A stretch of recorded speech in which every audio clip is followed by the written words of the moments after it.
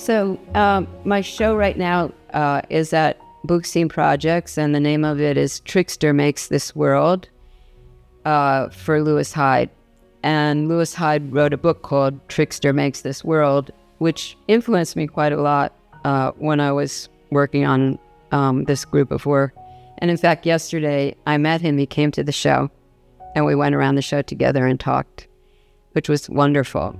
My name's Elena Sisto, and I'm a painter, and I've been in New York since 1975. I went to the schools from 75 to 77. So I arrived at the studio school from Brown and Risty.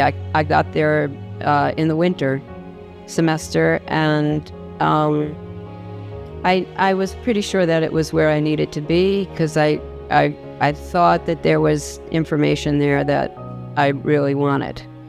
And so I studied there for basically 2 years, and it gave me a really good working knowledge of what modernism is and was, and what the artists were thinking about, not what art historians or art critics said about modernism, but what the studio practice was. You know, one thing that people say a lot is, oh, I love the layering in your work, but I don't really think of it as layering. I think of it as, you know, corrections, you know, or like if I'm working on something and I really don't like it, either sanding it down, or sometimes I actually take my painting and run it under the water, the faucet, until it does something interesting, and then I go back into it. But you can see in areas like this, I don't know if you can see it from where you are, but you can see in areas like this that there was another figure here with a big head, and you can see a lot of drawing underneath this. Now, this painting is by no means finished, and the reason why it's not finished is because I don't feel that the figure is integrated into the space enough. So what I might do in a painting like this is actually just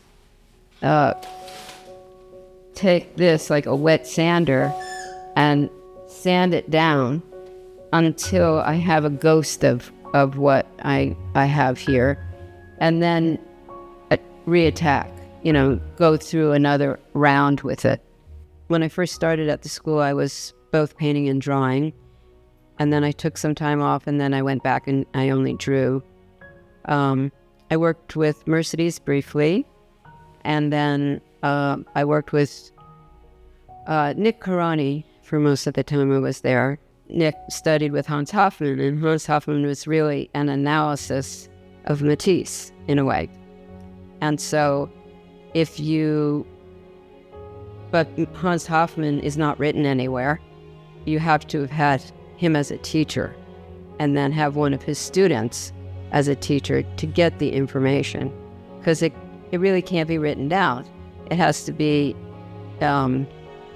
transmitted in action in a studio.